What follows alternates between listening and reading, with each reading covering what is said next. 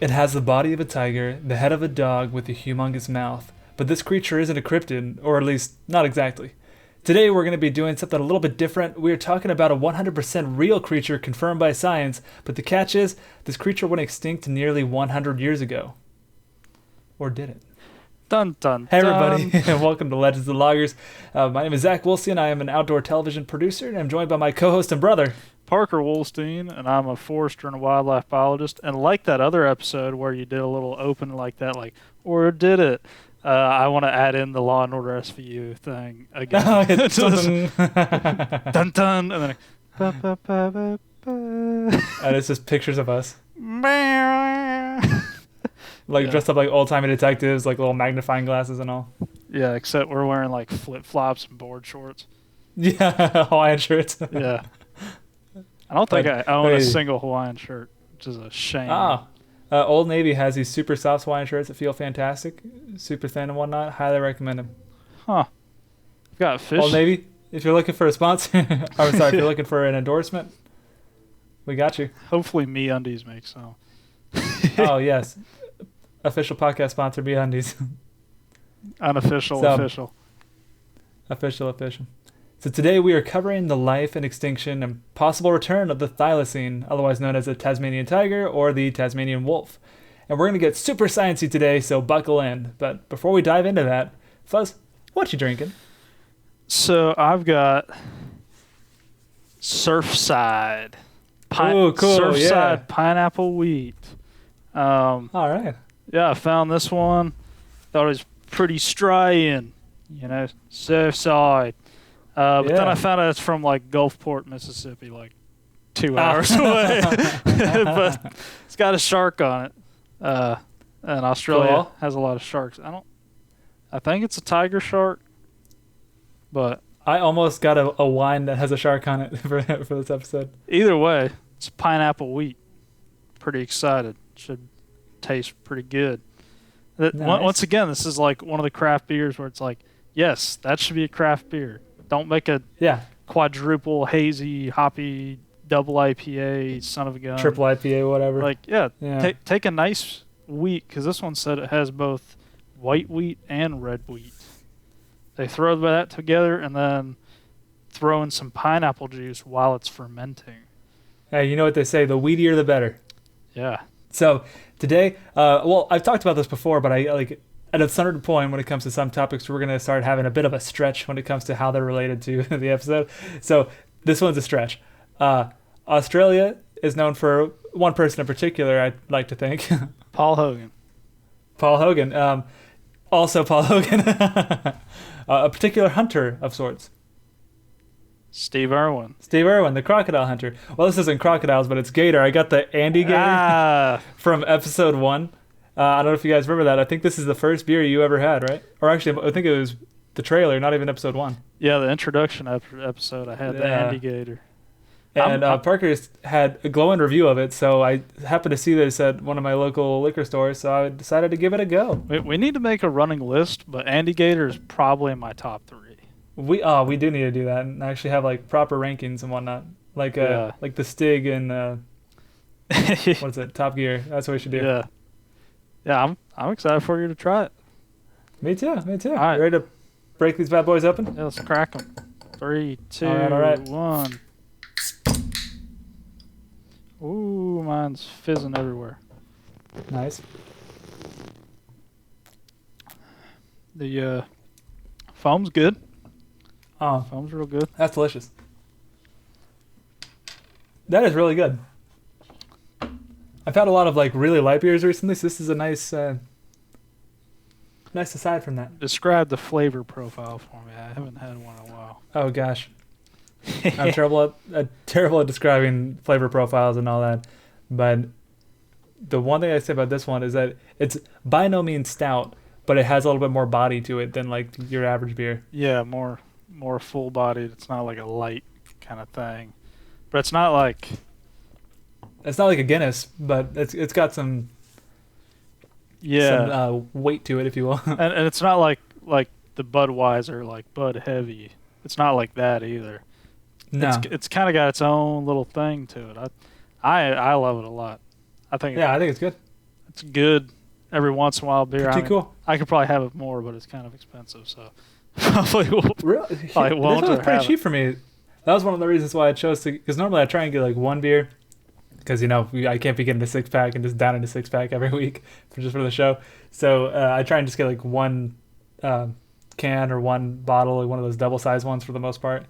But this one, it was only $10. It was like $9.86. Was it just that bottle? No, for a 6-pack.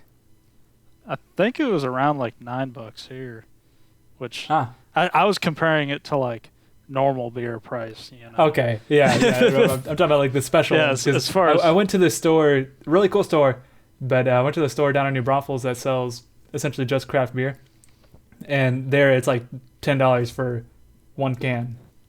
I'm jealous about that. I'm finding all these hole in the wall gas stations that just happen to have like a different selection than this other hole in the wall gas station. Yeah. So like I take a mental picture of like what all they have there. So like the one Whenever something pops up, you're like, oh, I can go the there. one from last week with like the chocolate stout thing. I just happened to be going to that gas station for some reason and noticed that they had like a really odd small craft beer section that like most of the Well, that's local cool, grocery stores and stuff don't have. And I was like, mental note. I was like, Africa one, chocolate There you stout. Anyway, my review of this one, really, really good. Oh, nice. It's thicker than you'd think, man. For some reason, like it Is it as thick as ocean water? as ocean water, Yes. thicker than that. Like it. Oh my god. It's got a body to it. It tastes like kind of a normal wheat beer, and then like at the end is a little bit of pineapple, and it's definitely not like a fake. It's not like a White Claw or something where it's like a fake pineapple-y thing. It's It's very got like some proper pineapple flavor. to yeah. it? It's got like very organic tasting kind of pineapple mix in Well, there. that sounds fantastic. I'd say it's probably Yeah. like 75% a wheat beer or wheat ale kind of thing. Yeah. Really big body on it, and then there's a 25% pineapple in there.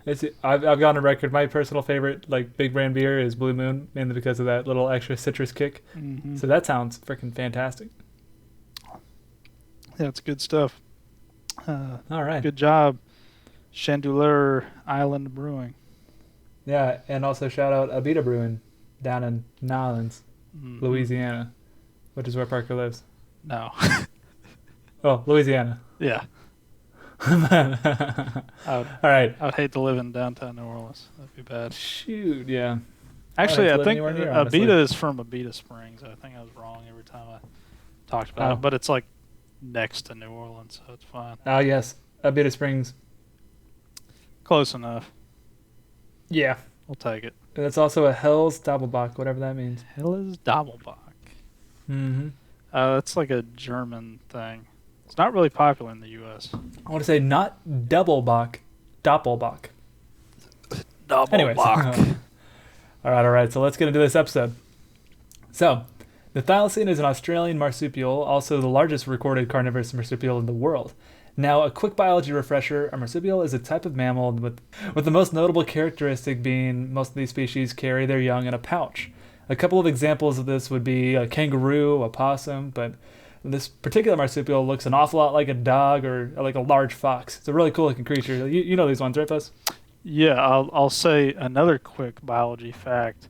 There's 3 types of mammals. There's placentals, which have a placenta, which is like, us. Humans have placentas. Yes. Yeah, us, dogs, all kind of your normal mammals. Then there's marsupials, which is like kangaroos, wombats, all those Australian things. And then also the only one native to North America, the opossum. And then there's monotremes. Monotremes are your echidnas and your platypi. What? Do echidnas lay eggs? Yeah. Well, how about that? I knew platypi. I knew they did, but I didn't know about echidnas. They're the only 2 monotremes in the world. Wow. Mm. How is that possible? How can they lay eggs when no one else does? Why do they have a duckbill when no other creature does? I think they eat like water vegetation. kind of like ducks. So Wow. I don't know. Why do they have venom? A venom spur hanging off their arm. Yeah, what's the tail? I don't know. Just want to copy beavers. Can we do an episode on the platypus? Probably. It's basically a cryptid. It's basically a cryptid, right? Yeah, close enough.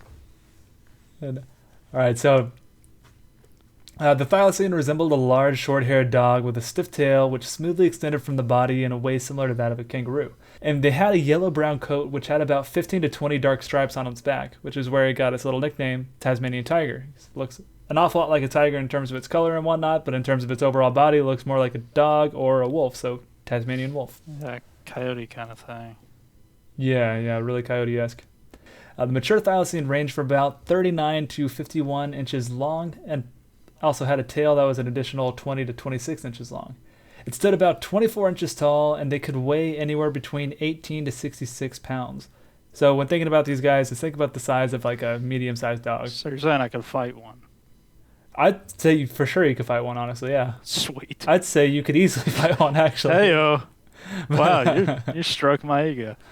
Alright, I'm gonna go find one. I'm gonna fight it. You're gonna be like Willem Dafoe. Yeah, I'm gonna beat the snot out of it. I'm not gonna have no high-power sniper rifle. I'm gonna King Kong its jaw. We'll get to that, but it'll take me a while. I'll have to get to like 280 degrees. Yeah, it's like you're sitting there doing that, and it's just fine. It's like, are you done yet? Yeah, this is fun. So the thylacine was able to open up its jaw crazy wide, like up to like 80 degrees, which is pretty much like a right angle. And you can actually look up a picture online to see this. It's absolutely bizarre. It's a really cool looking creature. So thylacine footprints could be distinguished from other native or introduced animals because unlike foxes, cats, dogs, wombats, or Tasmanian devils, thylacines have very large rear pads with 4 front pads arranged in almost like a little straight line. Which, like, at first you're like, well, yeah, all animals kind of look like that. But when you actually like look at a picture of it, instead of being like dot, dot, dot, dot, and making a little curve, it's just dang near straight across. It's kind of silly looking. That's weird. Yeah, right? There was a supposed Nandy bear footprint that I didn't talk about, but it was also basically like that. It's kind of like a bear pad and then 4 straight across. Yeah, see, part of me is also like, is that somebody just like making it and then not doing it right? I don't know. I mean, this one was probably much more well documented, you know. Yeah, that's true. So the thylacine was said to have had a stiff and somewhat awkward gait, making it unable to run particularly fast, but it could, however, do a little bipedal hop, which it sounds just freaking adorable. It said it's similar to a kangaroo, and whenever this animal was like alarmed or freaked out by something, it would just kind of like bound away with like little hops. What the heck? Yeah, right? What a bizarre little creature. I did not know that. Me neither, and this is even crazier. It's also said that, well, actually, it's not just said, like, there's videos of it. It's like when it was in captivity and whatnot, it was seen balancing on its hind legs and standing upright for short spans. So imagine that weird little Tasmanian tiger creature, right? Just standing up and hopping around dang near like a kangaroo. It's crazy. Yeah, your dog, your little golden doodle just popping up on its back legs exactly. and bouncing around. Yeah, like pulling a full-on Tigger. Yeah, I didn't know that. Yeah, right. I had no idea it moved like that. I've only seen the ones where it like paces back and forth in its little cage, but I've never seen it getting on its hind legs or bounding around like that. That thing's a cryptid. Yeah, it's a silly little bugger. Numerous cave paintings have been found in Australia dating as far back as 1000 BC, so pretty much as long as humans have been in Australia, the thylacine has been there too. The first definitive encounter was by French explorers back in May of 1792, as noted by the naturalist Jacques Wohlstein, I don't know French, in his journal from the expedition led by, I'm not even going to try. Diantre Casto. Oh, okay. Parker's got it. Heck yeah. Yeah. Now, there were populations of the thylacine in the mainland of Australia as well as the islands of New Guinea and Tasmania. The thylacine most likely preferred a dry eucalyptus forest, wetlands, grasslands of main Australia, and in Tasmania it preferred the woodlands of the Midlands or a coastal heath, which eventually became the primary focus of British settlers seeking, areas for their livestock to graze. But by the time settlers began to arrive in Australia, the thylacine population in the mainland was already dwindling. Now, there are a few reasons for this, but the most likely one seems to be due to the rise of the dingo population. You see, in terms of predatory competition, the poor thylacine never stood a chance. Smarter, faster, stronger. The dingo is just the pinnacle of evolution, arguably the perfect killing machine. Some scientists have said that the only thing that has stopped the dingo from zeroing out the entire human population is the fact that it's stuck on that little island that is Australia. And we better thank our lucky stars if that's the case. Yeah. If those pups managed to work their way onto a larger continent, you'd see this whole place turn into a wasteland right quick. I mean, imagine Mad Max, but instead of convoys of cars, there'd be roving packs of dingoes running full tilt, carrying babies across to their mouths. Hell on earth. Sends chills down my spine. Yeah, and the good thing is that they only kill Australians, which are barely human anyway. So, bunch of criminals. They're probably gonna get the death sentence. Could be worse. Could be worse. Yeah, could be way worse. They could be killing Americans. Oh God! Don't even say it. Okay. Anyways, there actually is a thing. There's like so whenever you're like thinking about wildlife biology, and you're thinking about animal physiology, a way that I perceive things sometimes is within the context of body plans. And the dog body plan just works really well in almost every area. It's almost like a template, if you will, for like a creature. Yeah, I mean, like if you think about the dog body plan, there's all sorts of dogs, wolves, foxes. Yeah, all sorts of canids.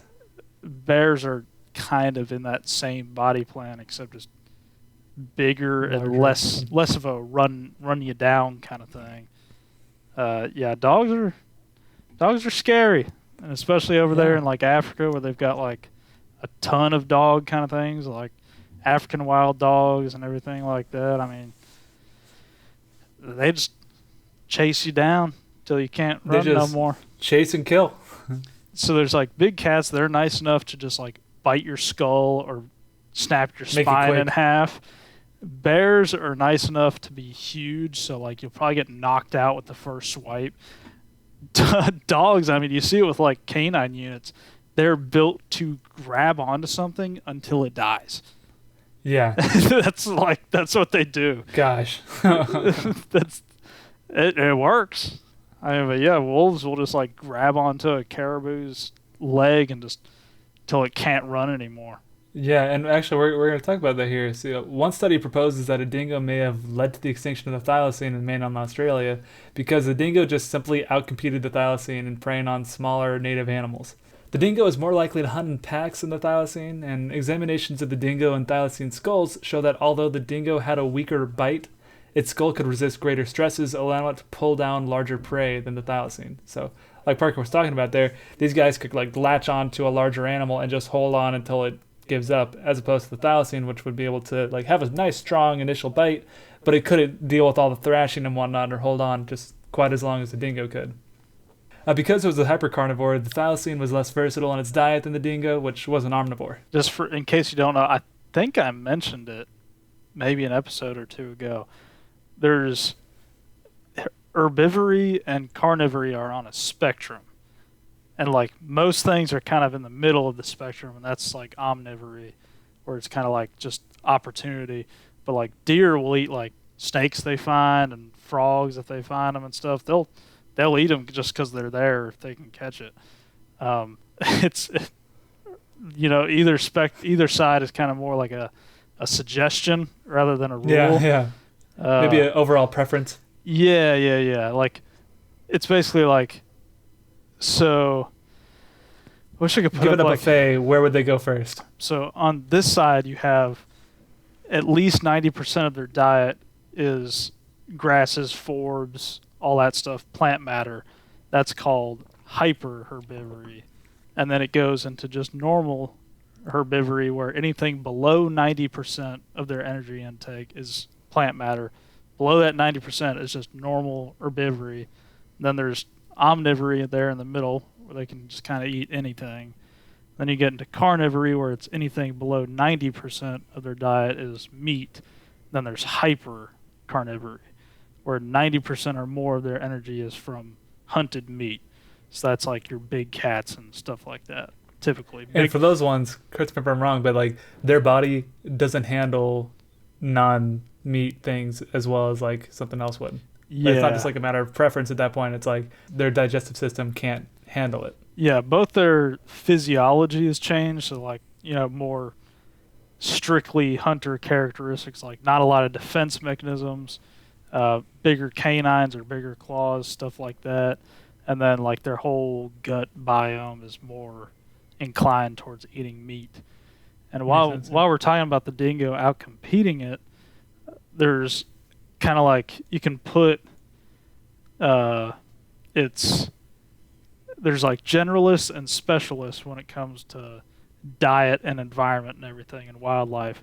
So it's like, okay, well, can they live anywhere like a raccoon, or are they like a polar bear where they need like Arctic sea ice? That is the only thing they use, So if you have generalist or specialist on one axis and then body size and like home range on the other axis, the bigger a thing is and the more specialized it is, then the higher chance it has of being led to extinction.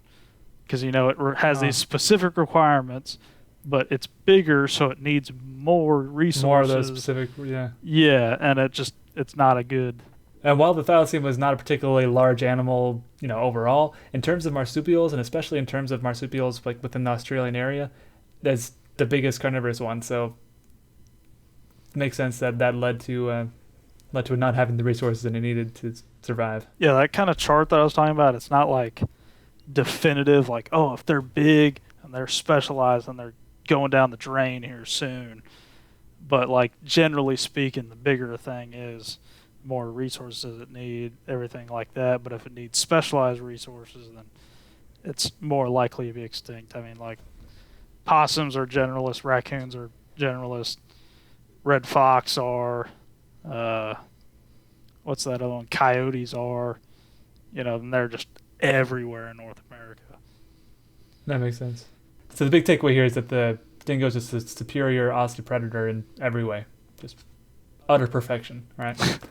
No, but for real, the dingo's resilience drastically hurt the thylacine population. The more the dingo population grew, the less resources there were available for the thylacine, and it got so bad that by the time European settlers began to arrive, the Tasmanian tiger had already gone extinct on the mainland.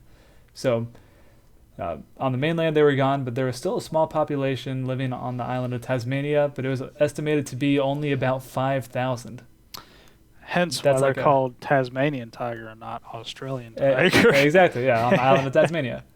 But now 5,000, that's like I don't know if you guys know how many animals there are out there, but like that's a small number. To put that into perspective, I believe we're all aware that the black rhino is a super endangered species, and today there's about 6,000 of those guys left, so not much more than what the thylacine was back in the early, 1800s, whenever the settlers started to go over there.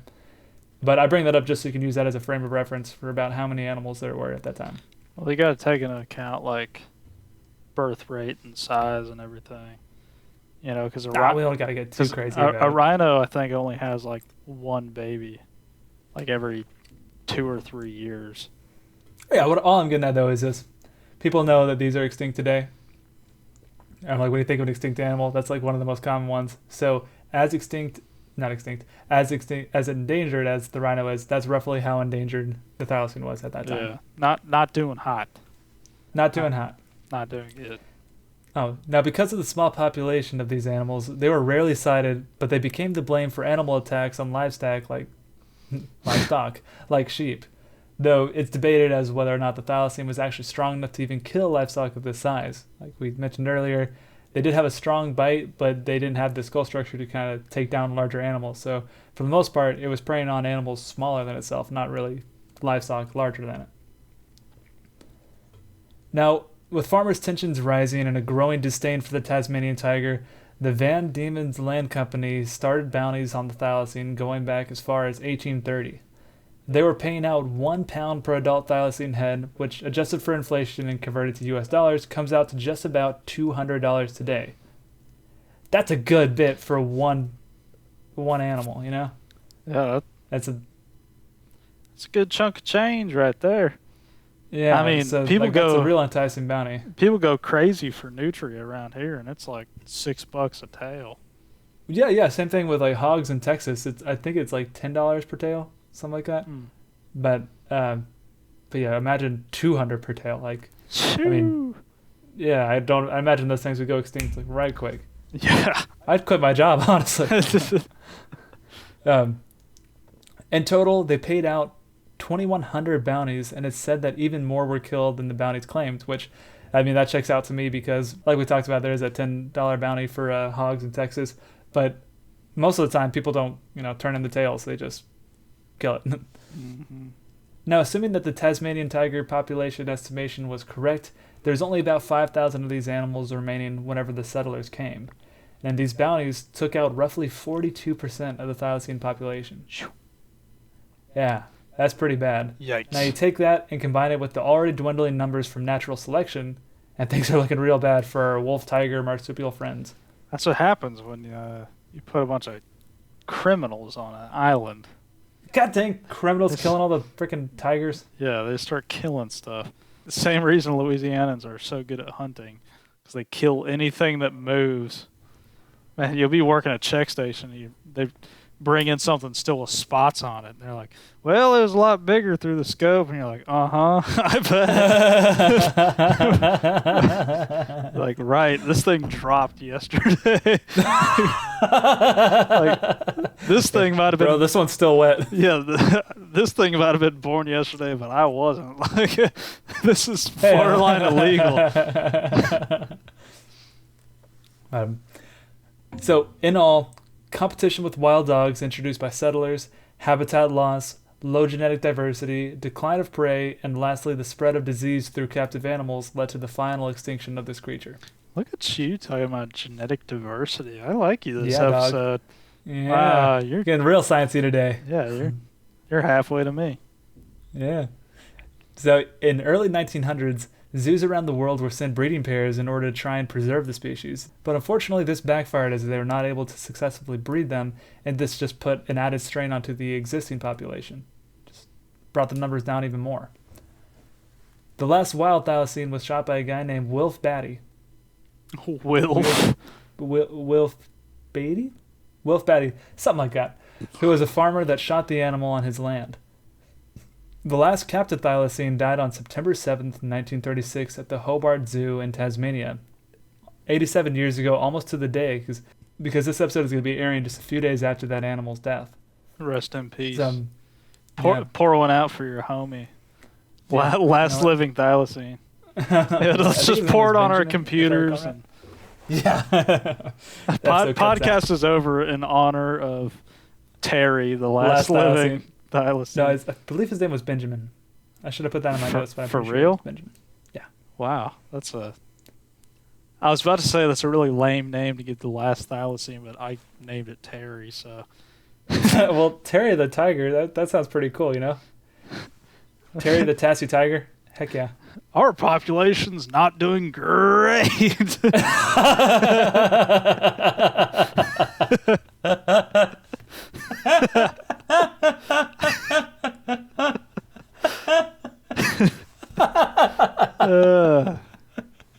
Yikes. That's fantastic. That's funny because the same can be said with just regular tigers too. True. Oh gosh. Tigers aren't doing great. Yeah.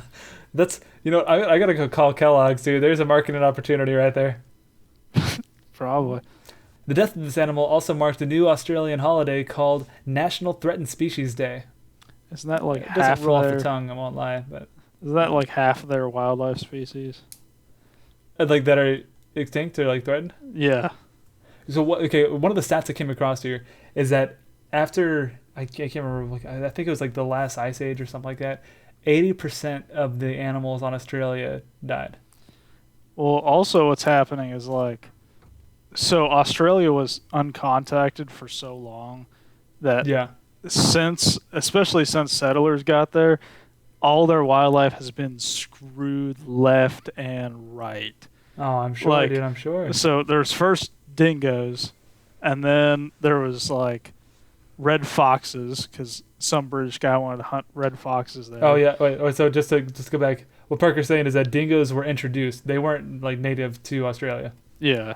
So there's that, then red foxes, and then they introduced what else? They have cane toads now, which are like decimating a bunch of like smaller rodents and stuff like that. They have feral cats. Feral cats have annihilated populations my God. of everything. Okay, one thing that's crazy, if you guys want to do is do a quick Google search for this. This is crazy. Feral cat hunting is a big thing in Australia because feral cats are like a huge problem. So the same way how like you might be on Facebook, Instagram, whatever, and you see a picture of one of your friends like holding up the horns of a dead deer, antlers of a deer, you know? Like you might see somebody that is doing like a couple pictures of their hunt. You see those exact same pictures in Australia with freaking house cats. You know, technically they're feral there, but they look the exact same, and it looks like something out of like the freaking Twilight Zone or like a sketch comedy show. It's so bizarre looking. It's like a hunter full camo and whatnot holding up a regular like little short hair domestic cat. It's crazy. If I'm allowed to go on a rant, Yeah, I've told people before. They're like, oh my, like so where I'm into like plants and wildlife and stuff, I get a bunch of messages from friends where I'm just like their designated wildlife or gardening expert. And I get a bunch of people, they're like, hey, my cat brought in this rabbit or songbird or whatever. What can I do to save it? And I always tell them, don't have an outdoor cat. I'm like, I'm not like one of those hippy dippy people that's like going off on all these tangents, but I'm like, feral cats and cats that are outdoors are responsible for so many extinctions. Like you can Google it. I don't have the stat right now, but in Australia, the introduction of house cats that people just let them roam outside have just decimated the population of about anything a cat can kill. So like, holy crap. So like baby, small animals. Babies. There's no babies in Australia left. Cats killed them all. So like I think they even like kill like baby wombats. They'll kill like baby koalas. They'll kill all the songbirds. Just decimate anything that they can, because you know cats just do that. Like they'll smack down a robin here in the United States. But like here in the United States, dude, they are just killing stuff left and right. Wow. Like they have like trends and stuff where if there's like a ton of people with outdoor cats, like in the neighborhood, the local population of a bunch of wildlife is just gone, just plummeted, because they're really good hunters. Like we talked about, they're hyper carnivorous. They're good at what they do, and they just kill anything and everything. And they're dexterous as all get out. Fast little things too. So that's my little PSA of the week. If you have an outdoor cat, try and make an indoor cat. Especially if you're like, oh, I'm an environmentally conscious person.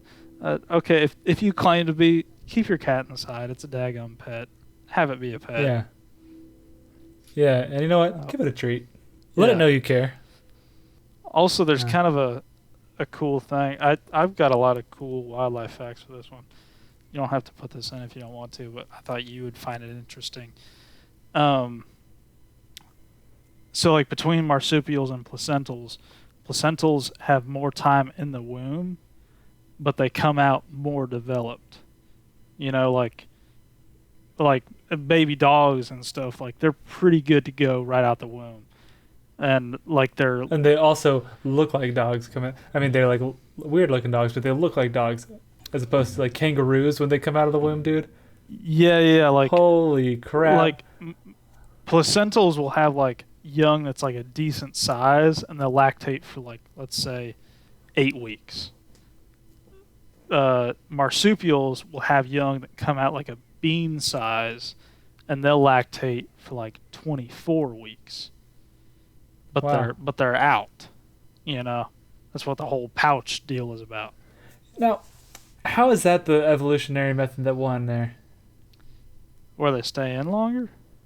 No. Like where they're in like the pouch. Like it didn't. How did that win out? It didn't. Or is it? That's why there's. Is it- That's why. It's just in Australia because Australia had like different ecology and whatnot. Elsewhere, they was able to. Yeah, because like, they broke evolution off. took in a different direction. They That broke makes off, sense. and there's basically only marsupials there. You know, Wow. like possums, pretty much just only survive because they're such a generalist. You know, they're like the perfect. Okay, wait a second. So how did possums come from Australia? They didn't come from it, but like when everything was together, there was like marsupials just interspersed.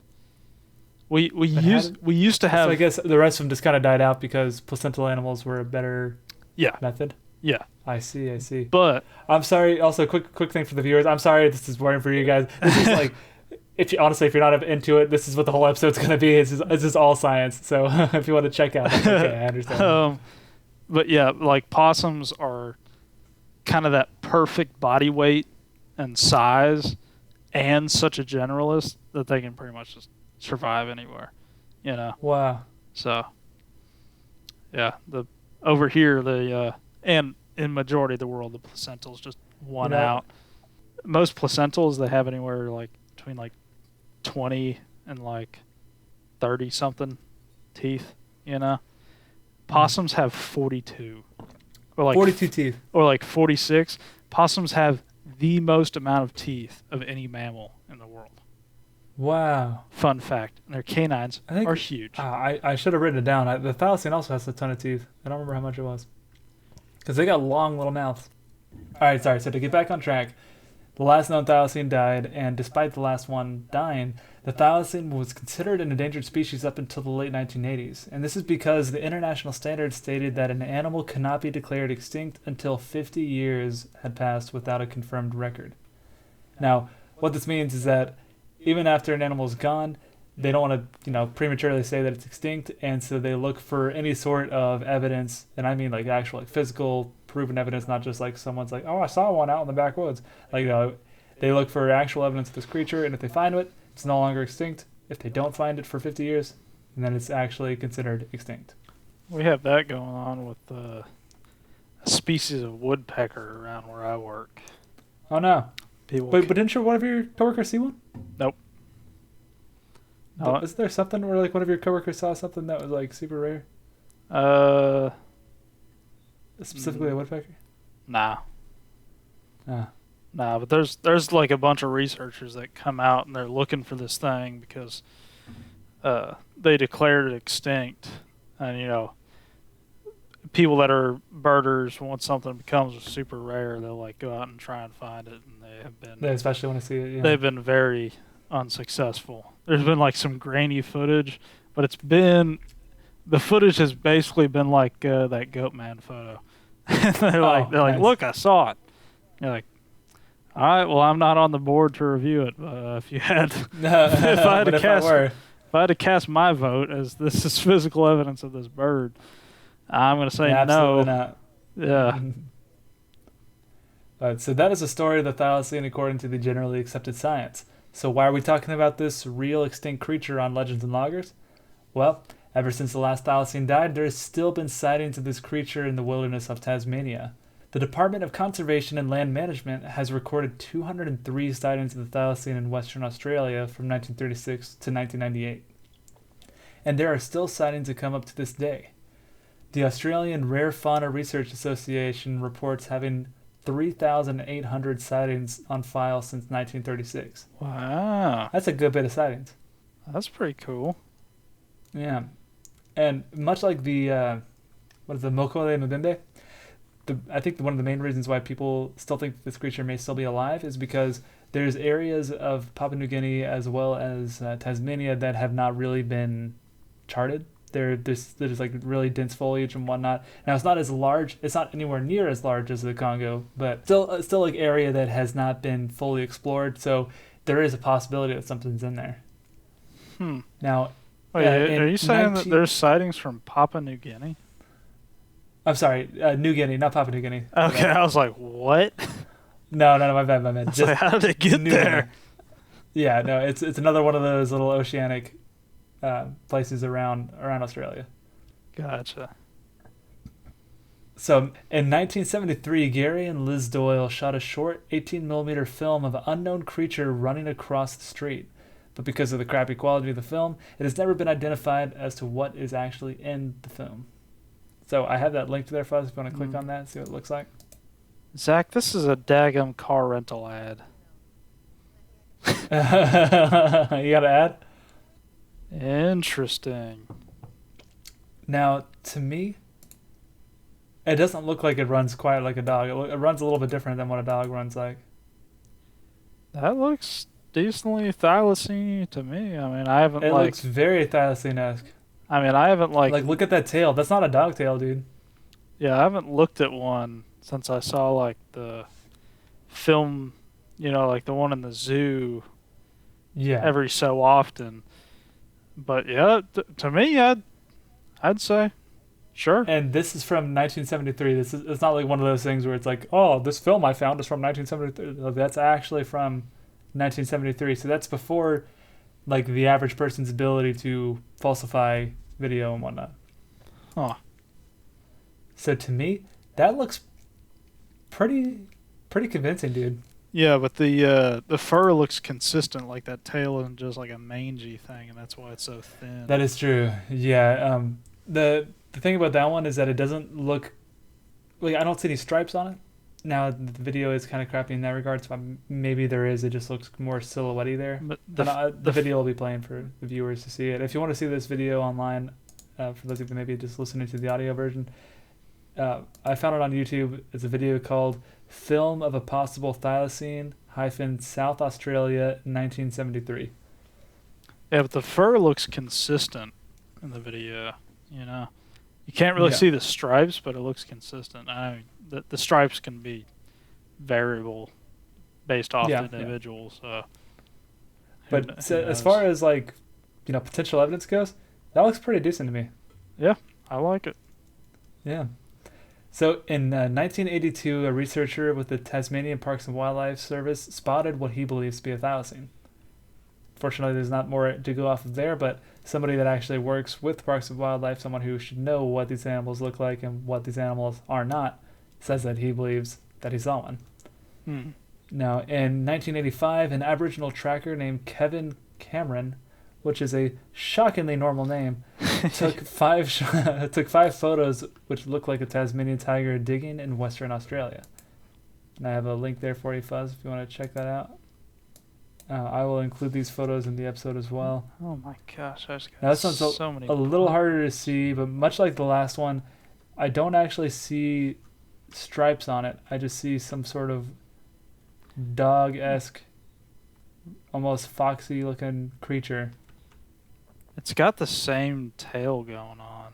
That tail, yeah, because one thing I want to reiterate about this creature is that the tail that it has does not look like a dog tail. It very much looks like almost like a rat tail, Yeah, the fur is way shorter. Yeah. Yeah, that. Especially that second picture, where you can see, Especially the second one, yeah. it more And the clearly. third one, you can kind of see what looks like the forming of a stripe. Yeah, I'd say whatever it is, it's consistent with that first video. Yeah. And so, yeah, that's those same, 5 photos. Same way with like the spine curvature. Yeah, like it really does look like it's a thylacine. One more thing I want to say about those pictures. Those pictures to me also, those look like actual photos that a regular person would take.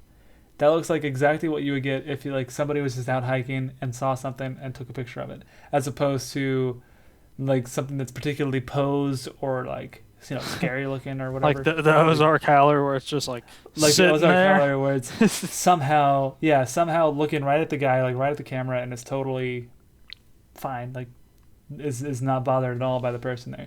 That looks a lot more in line with what I imagine most creatures would react. Mm-hmm.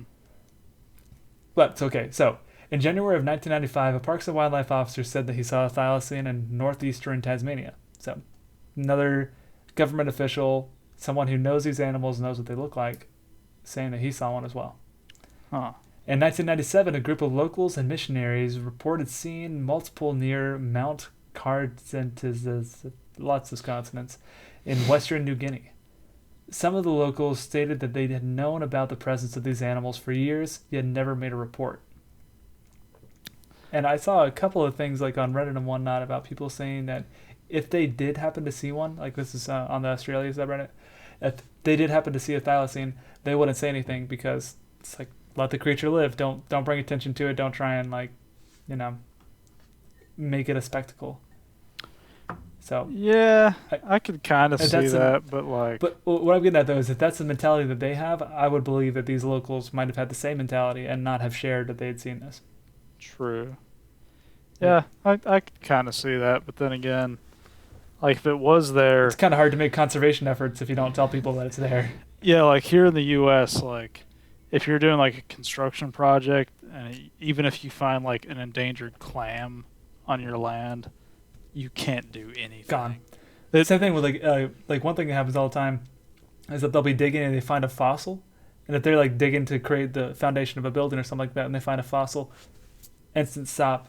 That's now become an archaeological site where they're gonna excavate those fossils first, and then they can keep going with whatever it is they're doing. Yeah, same thing with like any sort of endangered species, like the Endangered Species Act. It's good, but honestly, it's a little OP, like overpowered. Yeah, a little overkill. People get pretty upset about it because, like, if you find like one endangered species, it could be something like an endangered species of earthworm. Like, if the government knows about it, you are done. Like, you're done doing anything there. You know, like if you're building something and then like Raffinus big-eared bats decide to roost there, you ain't building no more. That's tough. Yeah. So now in February 2005, a guy by the name of Klaus Emmerichs, a German tourist, claimed to have taken 4 digital pictures of what he saw near Lake St. Clair National Park. And these photos show the back of an animal that were mostly regarded as being inconclusive. I thought I included these photos. I guess I didn't. Oh, but I looked at these and they look like nothing. That looks like as bad as it sounds, but that looks like they looked more like a normal cryptid photo. These particular photos, first of all, they're 2005 and they're digital. Now, for those of you that are familiar with photography or just general media in 2005, digital media looked terrible, and these photos look terrible.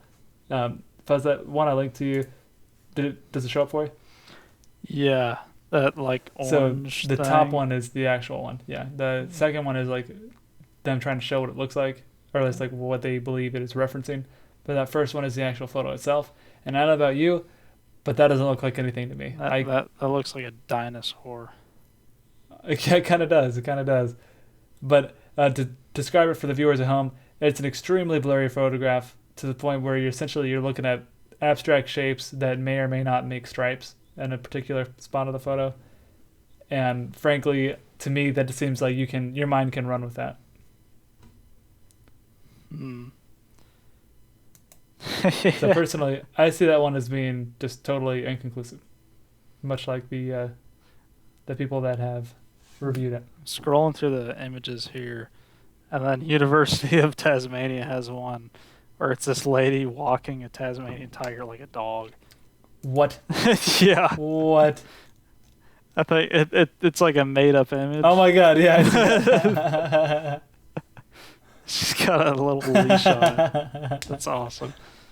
That's funny. I'll include that in the episode for people. In September of 2017, a man was filming the sunset in Australia when a creature ran across the horizon. This photo... Alright, well, this is a video, actually. I'm sorry. But this video is kind of silly, if you ask me. Very dramatic music here. Yeah, okay, so just to describe for people listening, this particular video, I believe I have like the original source. There's a guy named Daydream TV on YouTube. He has text on screen that's like super like dramatic. It's like trying to tell a story all while this like really intense orchestral music is playing. He says, if it's not a dog, ... If it's not a fox, ... If it's not a something else, I forgot what it said. Yeah, Could the it text on it be is pretty lame. a Tasmanian tiger? That one looks like that 1970s one, but that one's It definitely a lot clearer. it's a lot clearer, yeah, and it looks well, and I don't know. It almost looks like, for those of you that use Premiere, you take a running image of a creature and then just keyframe it across the screen. It doesn't look like it's actually there and moving. It looks like it's the same image repeating. Hmm. I don't know enough But I about do all imagine that. that's pretty much what that little run looks like. I wonder what the comments say under this video. Are the comments turned on?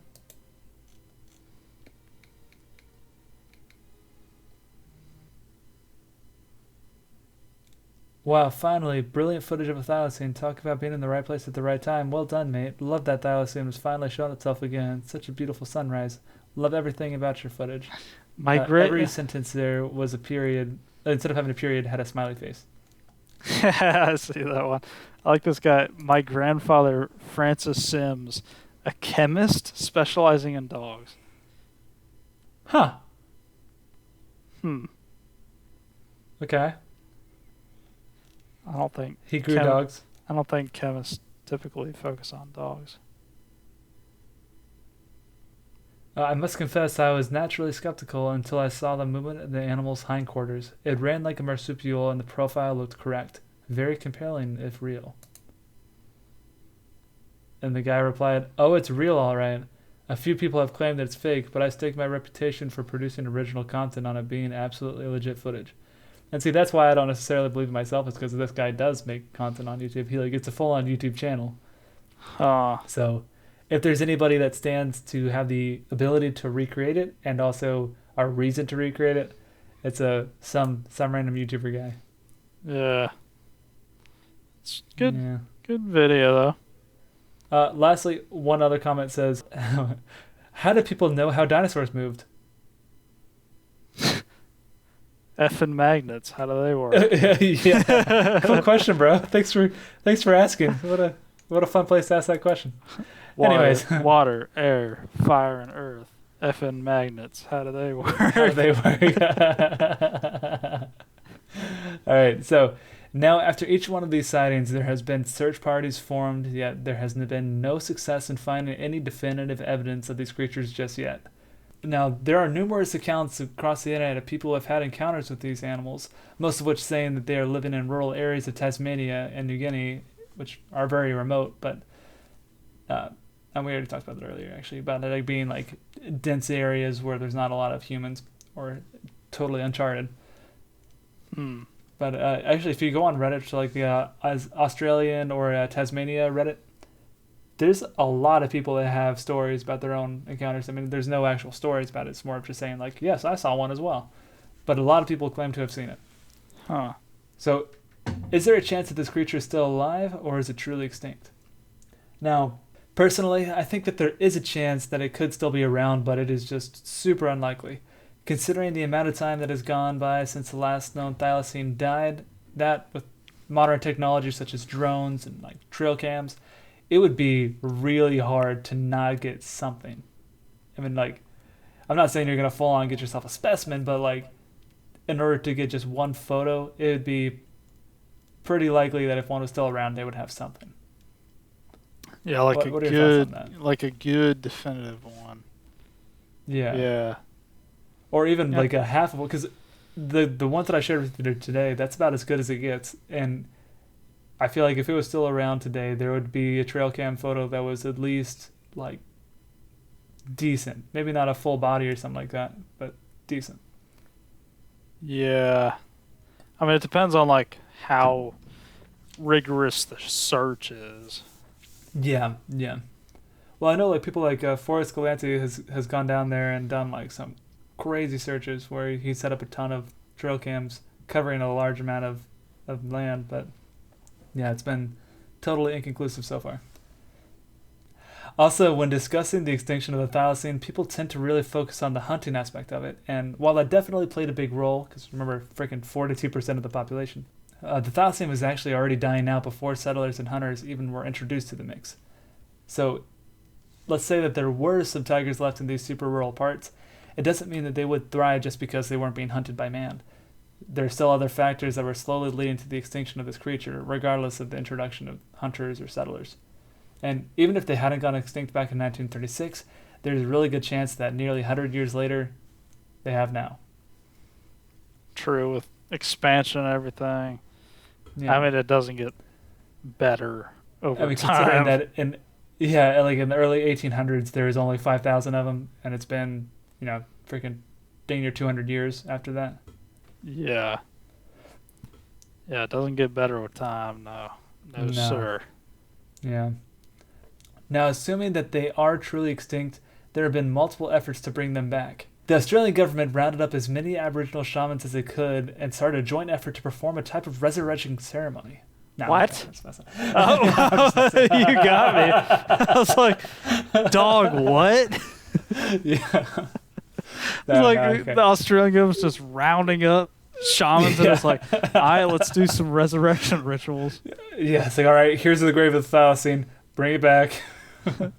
Bring along a bunyip while you're at it. Yeah. Sorry, so now, I mean through science. We're talking about some like real Jurassic Park type stuff, dude. It's crazy. So, the Australian Museum began their attempts to bring back the thylacine back in 1999, but they were unsuccessful due to a rogue pack of dingoes catching wind of what the scientists were up to. You see, those dingoes weren't about to let those tiger punks see the light of day again, so they had to take matters into their own hands. They trashed the whole laboratory, ate all remaining thylacine specimens to ensure that their nemesis was truly gone. Because they're the top predator. Because they're the top predator. Superior beings. Now, dog body plan, baby. yeah. They know how to Apex open doors. Predator.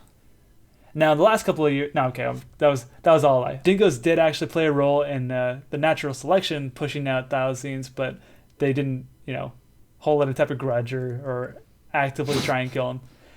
But from what I gather, the Australian Museum called it quits whenever half a decade went by and they just weren't making much progress. Though one interesting theory says that they actually never had the intention to bring back the thylacine. They just used a cool sensational story to get an influx in donation money, and it looks like it worked. So one quote from a researcher said, "There is absolutely no way I would have the millions that I have now for marsupial conservation if I wasn't trying to bring back the Tasmanian tiger."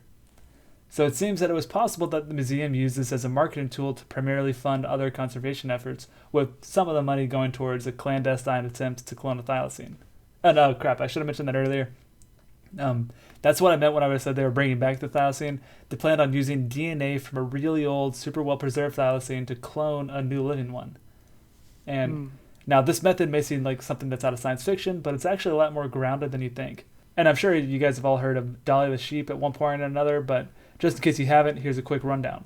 Dolly the sheep was the first ever mammal to be successfully cloned from an adult cell. Scientists took a cell from a living adult sheep and grew more of the cells in a culture. But the crazy thing is that scientists found a way to essentially deprogram the cells so that instead of the cells growing into whatever part of the body they were originally going to, they had the potential to form themselves into any cell needed. So they took an egg from a different sheep and removed the nucleus from that egg, and this in turn removed the second sheep's DNA entirely. Then they fused the first sheep's cell with the second sheep's egg, and that emulated the sperm entering this egg. Now, this process is the same process used for in vitro babies, or test tube babies, if you will, which me and Parker are. How about that? Are we clones? Probably. Given that we look exactly identical. Yes. but the big difference here is that the DNA was removed from the egg. Both copies of the chromosome came from the first sheep, and there was no DNA that came from the second sheep, which made this fertilized egg genetically identical to the first sheep alone. After this fusion was complete, the egg began doing what it does and the cells started multiplying until there was the makings of an embryo. At this point, the cell cluster was then implanted into the womb of a third sheep for the full gestation period until Dolly the sheep was born. So that's pretty crazy, right? Science. Gross. Yeah. So the idea is that scientists could use the thylacine DNA to create a cell cluster that can be implanted into a close relative of the thylacine, and what would be born from that would be a living thylacine. What would be the closest thing to a thylacine? Like a wombat? No, I think it's called a Donner rat. They're going to throw it in a rat? Yeah. Oh my gosh. Yeah, it's called a Dunnart rat. Huh. which is apparently DNA-wise, that's the closest you get to a thylacine. And these guys, they look like a freaking hamster, dude. They're tiny. I'll put a picture up for any of the video viewers. But Well, like I anyway. said with the marsupial, that might work because they come out really small anyway. Because all they need to do is get it past the actual birth. Once it's in the freaking pouch, it can be an artificial pouch. In fact, earlier today, I saw a kangaroo in an artificial pouch at that convention I was at. Huh. Yeah. Now I put it real simple, like for the whole Dolly the sheep process, but it was actually super difficult and super complex. It actually took 277 attempts for the cell fusion to be successful, and that was with a living, non-extinct species. So trying to do this with dead cells from a specimen that is 100 years old, I mean that sounds like impossible. Because the cells are dead, Like how are they supposed to make it grow, make it multiply? I don't know. Yeah, I mean, but there's the genetic information is there, but the cell's dead. Yeah, exactly. So like it makes sense that the DNA is there, you can get the sequence and whatnot, but it's dead. So how are you supposed to make it replicate? Not dead. Yeah, okay, how is it going to replicate if it's not alive? I don't know. But there's a company that fully believes that they can do it. Colossal Laboratories and Biosciences has announced their plans to bring back the thylacine from extinction as well as the woolly mammoth. But maybe we'll talk about that in another episode, but that's freaking rad. Their plan is to take a 100-year-old specimen, harvest the DNA from it, and they plan to take the stem cells from a similar marsupial species and then use gene editing technology to clone a Tasmanian tiger and bring it back to life. So I'm no scientist, especially no geneticist, but from what I gather, it seems like what they're planning on doing is less of the Dolly the sheep method, or at least not the first half, because those cells are already dead. What they're planning on doing is taking those dead cells, getting the genetic information of it, and then editing living cells from a similar creature to replicate the DNA of the dead creature. Does that make sense? Yeah. It makes sense, but is that possible? If I had kept on going with biology instead of switching to forestry because I decided I want to be out in the woods for a long time, I probably could have gotten to that point and been making a lot of money doing stuff like that. Yeah. But it's pretty insane. You got to be particular crazy. Do you have any biology friends we can call in for this episode? Be like, hey, is possible? ?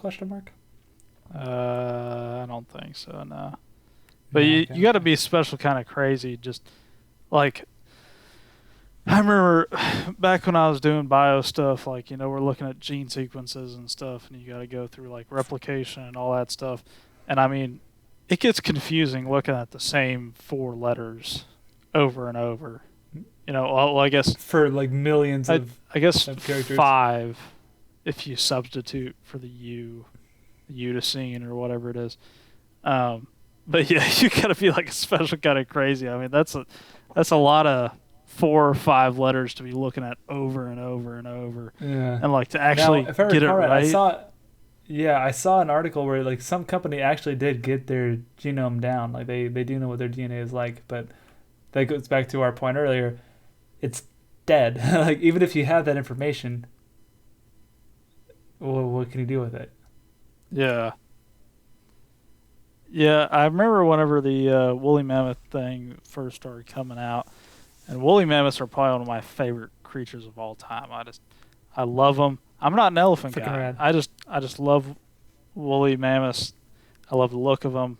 Love their ecology. Big bone lick. Yeah, I just love everything about them.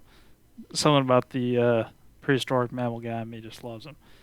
Yeah. But they're talking about we'll take some of the DNA and we'll implant it into an African elephant. And I'm like, well, it's not really a woolly mammoth. It's you put some woolly mammoth DNA into a African elephant, so it's a weird hybrid kind of deal. Well, so that's where it becomes interesting, because I assume it's going to be similar to the Dolly the sheep cloning process.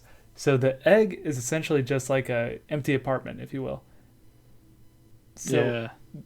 What goes in, if you remove the nucleus from that egg, there is no DNA, there is no African elephant or whatever in there. Now it's purely just an empty cup that you can put another creature's DNA into. True. And so it's essentially just a host that's not contributing any sort of DNA. Well, but then that has a bunch of other implications. Like you can bring it back, but you can't really bring it back. Yeah, Because it's not okay. That's a great point to make there. It's like same thing with like Jurassic Park, and that's something they talk about in the book Jurassic Park. But or like the thylacine, the woolly mammoth. Like none of these are real thylacines, woolly mammoths, dinosaurs. They are never coming back. Well, Nothing can be done I was about going to say they can't come back in like a population sense because, like you said, and it's, you know, pretty obvious, genetic diversity plays a big role within extinction. Oh my god! If they're coming back from So- a single clone, I didn't even think about that. So, like, Wow. you know, one thing goes wrong and there's How are you going to they're make one wiped genetically out. diverse enough to where you're not just creating all sorts of deformities and mutations? Yeah, so they'd have to like artificially also make genetic diversity, For a which lot would, of them, huh? yeah, which would be odd. So like Wow. so like they I could, didn't even think about that. so they could clone one, but it would be like still a very long process of figuring. There's like the biological implications of just bringing something back, like especially with like the woolly mammoth. There's not a lot of steppe tundra around. I don't know if you've noticed. Well, okay, so the woolly mammoth one, I don't know if you've like visited Colossal Site and whatnot, but their plan is to bring it back to Siberia specifically as a form of, or as like a method for combating climate change. Yeah, but yeah, like No. there's not a ton of steppe tundra left around here, and Yeah. then And You know- woolly mammoths are freaking big. They need Yeah. a lot of land. yeah, and that'll change the plant communities that are going on these days, and all that, and then you throw in the whole genetic diversity thing. So like it, once they figure out how to clone it, that's not going to be the end, because they're going to be like, Yeah. okay, well, how do we That's establish? just the beginning. It's like, oh crap, we did it. Okay, now what? Like we're still not great about bringing like endangered stuff back up to a viable population. Like there's been like some success stories like bald eagles and American alligator and stuff, but like generally speaking, we haven't been that good at reestablishing populations. So even if they get a clone, it's going to be a long haul to make them. To actually make it a living population. Yeah. And that, you know what, I'm actually really interested in that topic. Maybe we could do like a little mini episode like in between the regular episodes about that, because I'd like to hear your thoughts on like Colossal's plans, because I don't know about ecology or about environmental stability and all that, but I'd like for you to like take a look at their plan. Maybe we could talk about that in like maybe in a YouTube video or something separate from like the actual show. But Yeah. that'd be a cool thing to discuss. Yeah, there's some interesting stuff there. Interesting to Yeah. me. Yeah, and once again, if you stuck around so far, we appreciate you. I know this episode is a lot different than the other ones. I have been extremely fascinated with all of this. I don't know about you, Parker, but Yeah, I'm just having fun spitting some knowledge. yeah, this is cool because like this is a topic that I've always been really interested in. I was like for years now, I thought that the Tasmanian tiger was one of the coolest animals, but so I was happy just to talk about that period. But it's really cool being able to get your knowledge in terms of like ecology and forestry, biology, and all that jazz. Mm-hmm. To see a different perspective about it. Yeah, there's the whole thing of like molecular biology, and that's one little piece of the battle. But then like even if you make something that's been extinct, and with like Tasmanian tiger, it's a little bit easier because it has only been extinct for like 100 years. In terms of the world, it's like no time. Yeah, but like some of the way older stuff like Jurassic Park or woolly mammoth, then it has a lot like more for one, implications. just the air quality alone is entirely different than what it was whenever woolly mammoths or dinosaurs walked the earth. You know. Mhm. Yeah, that has a whole bunch of implications that go along with it. So, Yeah. Anyway, Yeah. So, this is such a cool topic to me, but hopefully it's interesting for the viewers at home as well. But yeah. So we went on such a tangent there, but going back to the company Colossal Laboratories, they seem pretty confident in their ability to pull out this miraculous feat of science, but other experts outside the company aren't quite as convinced. The general consensus is that it seems like this isn't totally out of the realm of possibility. Like there is the slightest, and I mean like the slightest of chances that they could pull it off. but it is extremely unlikely. But then the other question is, even if they can bring back a thylacine, should they? And is it morally right, or could it be potentially bad for the ecology that exists now? And I know, like, we just kind of talked about this a minute ago, but like Parker was saying, there's implications for bringing back animals. It's not just a matter of they're here now. Do they have the resources to sustain a population of these animals? Will this animal being reintroduced destroy another population of a different animal that also lives in the same area? Is there enough resources for both? There's a lot that goes into it. Mm-hmm. Yeah, I kind of feel like if it's like for sure like humans did that, like we just came in and we slammed stuff. Like take North America for example, like Kentucky for example. Kentucky used to have mountain lions, wolves, bison, elk, black bear. The black bear got naturally reintroduced from like North Carolina, Tennessee, and stuff like that, and we've let them come back in, and they're doing way better now. Like they're like to the point where they're a problem. I know because I've dealt with them, but like they naturally came back and they're doing fantastic. We reintroduced elk in 1997, and they're doing fantastic. That's like one thing because they were there. The land is still suited for them perfectly, but as settlers moved across, we just slammed them dead.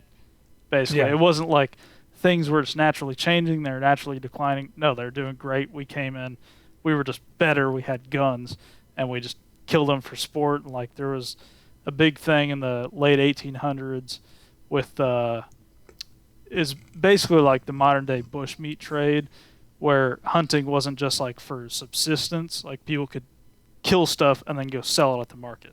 So people were just like murdering stuff left and right. Trying to make money. With stuff like that where it's like, okay, we obviously did that. I feel there's an obligation to try and reintroduce it. But if it's just a natural process where it's like, okay, it was already on the decline, the land was changing, and it just happened to die out while we were there. I don't know. Then it's kind of like, just let nature run its course. It's been doing that for thousands of years anyway. Yeah. You know, like we have obligations to be stewards some of the time, but other times it's like, all right, just leave it alone. Like with a lot of stuff we've done nowadays, like there's some push with environmentalism to just go back to natural processes, but with stuff in like California where we prevented wildfires for so long, there's so much just like matchsticks in the woods. We have to now go and burn that back so that the fires aren't as intense and just kill off everything. You know, like the ecosystem is built for fire, or we repressed fire it wants for so a fire long. Every now and then, right? Yeah, it wants one, but we repressed it for so long. Now, when it has a fire, it's at like a 10 instead of a 5. Wow. So now we're obligated to manage for it. You know. So the same thing could be applied to like general populations of animals, where humans have like come in and jacked it up to where like some animals would have still been around, but because there's so much intervention and whatnot, now they're gone, and vice versa. Yeah, that's kind of my thing. It's like let nature run its course, but if humans have kind of messed up in a way, then we should try and do our due diligence to get it back. Essentially, remove our hand in it. Yeah. But in the case of the thylacine, now okay, so it's a little complicated because whenever the settlers came, right? Like, and I mean the actual settlers, not just like the same way how like America was officially settled. What was it, like 1600s, something like that? Yeah. There was still people that had visited America before that. Still, like, you know, the Vikings, Christopher Columbus, all those people. They had an effect on the terrain, on the native people, on the native animals. The same thing happened in Australia, where they dropped somebody, I can't remember who it was. I want to say it was some Asian country. They had visited Australia and then introduced the dingo population to Australia, which frickin' just screwed over the rest of the animals that were native to Australia. Now, yes, that is a human intervention there that caused that, but so much time had gone by the time that like settlers came, that essentially the thylacine was already done for. Like Yeah. their numbers had already gone down to the point where, regardless of whether or not the humans were coming, they were going extinct. That's called I feel like humans naturalization. At that point, Yeah, I know. dingoes had become naturalized to that Yeah. environment. Because so much time had gone by, and if humans had not settled Australia, from what I gather at least, thylacine would have gone extinct anyways because of the dingo. Hmm. So it's kind of a weird situation. Like, if you go back far enough, yeah, it's our fault. But is it far enough to justify bringing it back? Same thing goes with a lot of the megafauna extinctions, like Pleistocene megafauna extinctions, because like the glaciers were retreating, but at the same time, if you look at the migration of humans, as the glaciers were migrating north and receding, we were also killing off a lot of the megafauna. So it's like, did humans do that? Was Like, it just was it going to happen anyway? was it like steppe tundra going away? It's Yeah. like there's a ton of debate in like that field of paleontology where it's like some people are strictly humans did it, some people are strictly climate change did it, some But, people like, are in between. Even if without humans, if the glaciers retreat, that area in which those megafauna can live in is going to get so small that there's not going to be enough Yeah. resources for them. So, at some point, some of them are going to go extinct, regardless. my camera died. Yeah, sorry about how long this episode has been, but like, We're getting off in tangents and we're talking about stuff that we both like to talk about. yeah, no, like to me, like this has been like one of the coolest topics just in general. And I know, and I'm sorry for like people that watch the show hoping for more cryptid-based content or like just general spooky stuff, and we will have that, especially next week. We're gonna have that, but this is just a topic that hits close to home for me. I just think it's really cool, and clearly it's something that you're able to talk endlessly about. So like, as I don't Pretty know, much. this has been a lot of fun just talking about it and exploring these possibilities and these moral questions, if you will. Getting philosophical up in here. Yeah, right. Because like that is such a interesting question to me. Like, should we bring back these animals? My personal thoughts, because first of all, I'm no scientist. I barely know about this stuff. I just make shows about animals. But my personal thought is, I would like to see the thylacine population reintroduced because they went extinct so recently that it's not like their environment is gone now or that they have no chance of making a comeback, especially in areas like Tasmania. So I think that it would be worth a shot. I don't see it being enough of a disruption to the current ecology. I very well could be wrong. I don't know about this stuff, but Yeah, I don't know too much about the ecology of current Australia or past Australia, so I can't really make a judgment there. yeah. It'd be cool though. All right, I believe that covers the story of the thylacine, and I know it's not actually a cryptid or a legend like the rest of our topics, but it's one that I find just super fascinating. And the whole concept of just bringing animals back to life from extinction is just really cool to me. Like, Jurassic Park's my favorite movie, and the idea of dinosaurs, like, that's more than anything in this world. I want to see a dinosaur in real life. Probably not great for the environment. Probably not great for the dinosaur, honestly, because considering how much the world has changed since they've walked the earth. But more than anything, I would love to see a real life dinosaur. But I hope that for those of you listening, this was an interesting topic, and I promise we're going to get back to doing a normal episode next week. But Fuzz, do you have any closing thoughts? Well, you see, because I'm repping Team Mammal, I think more than anything else on this planet, I would want to see a woolly mammoth or other prehistoric megafauna walking this earth. Dude, it is so close to happening. Like the woolly mammoth specifically, considering when it went extinct, and also the fact that a lot of them got frozen in a permafrost during the Ice Age, the DNA that we have from a woolly mammoth is viable. Yeah, Like pretty it seems good. very much possible. Yeah. But yeah, that's what's going to happen, and you're never going to see a dinosaur because Team Mammal will reign supreme. T-shirts Well, coming. that, and also, yeah, and like how long ago was the last Ice Age? Like 50,000 years ago, 60,000? Dude, there's one in like 1800s. No, okay, well, Like before that the one, last then, major Jesus one. Christ. That was like No, okay, what's before that? The 1800 one. 45,000 years ago.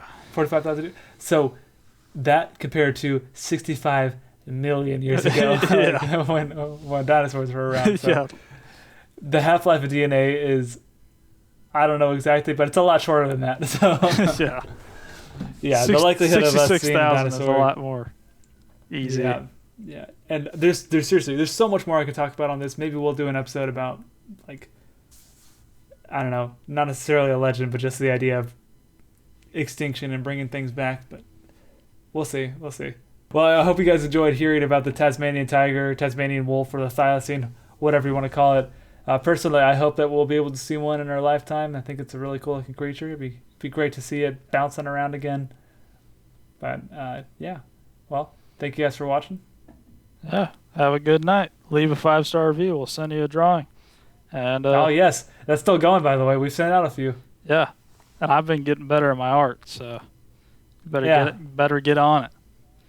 And All right. and there's still all the threats of we'll send every cryptid under the sun at you and your whole ancestor. Yeah. Anyway, We got Mothman on speed dial, bro. yeah. Consider your catalytic converter gone, dog. Yeah. You want to get to work on Monday? You better leave a 5-star review Yeah, you better. Anyway, stay wild. and live life legendary.